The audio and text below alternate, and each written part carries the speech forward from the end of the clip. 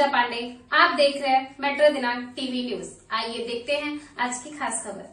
केंद्रीय मंत्री व आरपीआई के राष्ट्रीय अध्यक्ष रामदास आठवले का मुंबई सचिव हरिहर यादव के कार्यालय में आगमन, कार्यकर्ताओं से मुलाकात, संगठन पर चर्चा और मनपा चुनाव में 15 से 20 सीटों की मांग का ऐलान।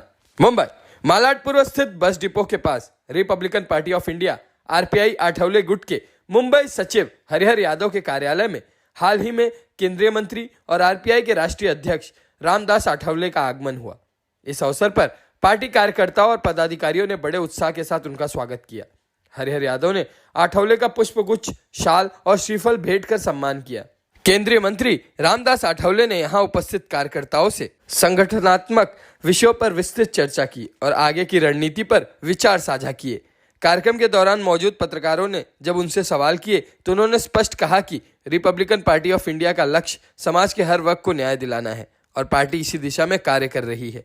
महानगर पालिका चुनाव को लेकर पूछे गए सवाल पर आठवले ने साफ शब्दों में कहा कि वे गठबंधन के नेताओं से मुंबई में 15 से 20 सीटों पर चुनाव लड़ने की मांग करेंगे। उन्होंने भरोसा जताया कि पार्टी की आवाज गठबंधन में सुनी जाएगी और कार्यकर्ताओं के प्रयासों को उचित स्थान मिलेगा। इस मौके पर आठवले ने मुंबई सचिव हरिहर यादव के कार्यों की सराहना करते हुए उन्हें शुभकामनाएं दी। आइए देखते हैं मेट्रो दिनांक टीवी न्यूज पर रिपब्लिकन पार्टी ऑफ इंडिया के राष्ट्रीय अध्यक्ष रामदास आठवले ने इस मामले में क्या कुछ कहा, इस रिपोर्ट में। तो ये मतलब यहाँ हरिहर यादव जी का ऑफिस है, यहाँ भेंट देने के लिए मैं आया हूँ। और Republican Party of India party सभी जाति, धर्म, भाषा के लोगों को न्याय देने वाली पार्टी है। बाबा साहब अम्बेडकर जी के संविधान का भारत खड़ा करने के लिए हम आगे बढ़ रहे हैं। और हमें गर्व इस बात का है कि बाबा साहब अम्बेडकर जी रिपब्लिकन पार्टी के संस्थापक थे। बाबा साहब अम्बेडकर जी ने देश को ऐसा संविधान दिया है कि देश को कभी भी घुटने का धोखा नहीं है। और संविधान इतना बढ़िया है। भारत में अनेक आंदोलन हुए, लेकिन नेपाल में जो कुछ हुआ, श्रीलंका में हुआ, बांग्लादेश में हुआ, और कानून हाथ में लेकर मतलब सत्ता बदलने का जो सिलसिला है, ये सिलसिला मतलब वहाँ नेपाल में भी अभी अपन ने देखा है। तो अपने यहाँ सत्ता बदल दी है, लेकिन डेमोक्रेटिक सिस्टम को बदलती है, इलेक्शन के सिस्टम को बदलती है। हमारे संजय राउत जी मतलब झूठे बोलने में बहुत बड़े माहिर है। और वो बोलते हैं कि भाई अपने देश में, महाराष्ट्र में भी और अपने देश में भी ऐसी स्थिति पैदा हो सकती है। मुझे लगता है कि देश में जब इमरजेंसी आई थी, इंदिरा गांधी जी के टाइम पर सरकार ने इमरजेंसी लागू की थी, हजारों लोग जेल में गए थे, लेकिन उस वक्त भी ऐसा कुछ नहीं हुआ था। आपको मालूम है कि किसानों का आंदोलन दिल्ली में 1 साल तक चलता रहा। अरे वो जरा थमा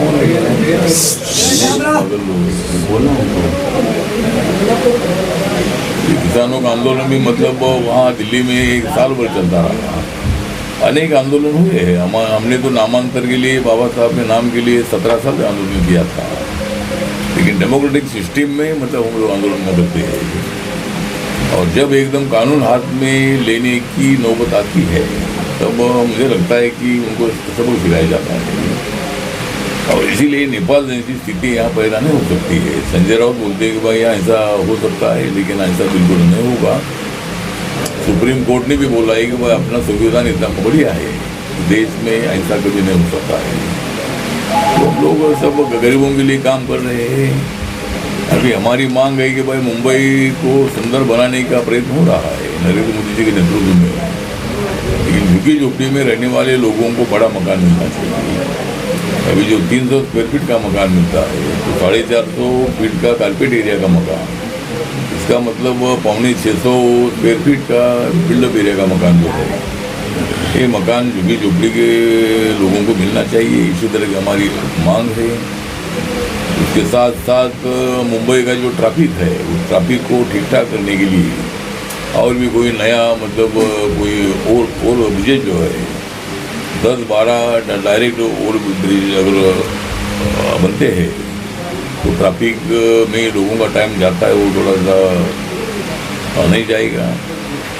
और बाकी मुंबई के बेरोजगारों को रोजगार मिलना चाहिए, महाराष्ट्र के लोगों को रोजगार मिलना चाहिए। इसी तरह आरपीआई का काम चल रहा है और आरपीआई जिस तरह भाषा के नाम पर जो लोग दादागिरी करते हैं, इसका आरपीआई विरोध करती है और इसीलिए हम आगे बढ़ रहे हैं। मुंबई महानगर पालिका चुनाव होने वाला है, कितनी सीट पे लड़ेगी सर? तो Republican Party of India Mahayuti में है और बीजेपी, शिवसेना, राष्ट्रवादी कांग्रेस पार्टी, आरपीआई मिलकर हम चुनाव लड़ेगी और रिपब्लिकन पार्टी को एक 15-20 सीटें मिलनी चाहिए, इसी तरह की हमारी मांग रहेगी। और इस वक्त महायुति का झंडा मुंबई महानगर पालिका पर लहर सकता है। उत्तर मुंबई में अच्छे कैंडिडेट है आपके, रमेश गायकवाड़ जैसे काफ़ी लोग हैं। तो अभी कौन सा सीट मिलेगा उसके ऊपर कैंडिडेट तय करेगा, अभी वो कैंडिडेट नहीं है। बोले कौन सा वार्ड छूटता है उसके बाद कौन कैंडिडेट रहेगा ये तय होगा, लेकिन एक्टिव कार्यकर्ता है, सभी लोगों को लेकर चलने वाले कार्यकर्ता है, उनका विचार किया जाएगा। सरयू जी के बारे में क्या बोलना चाहते हैं सर? चलो शुभेच्छा। चलो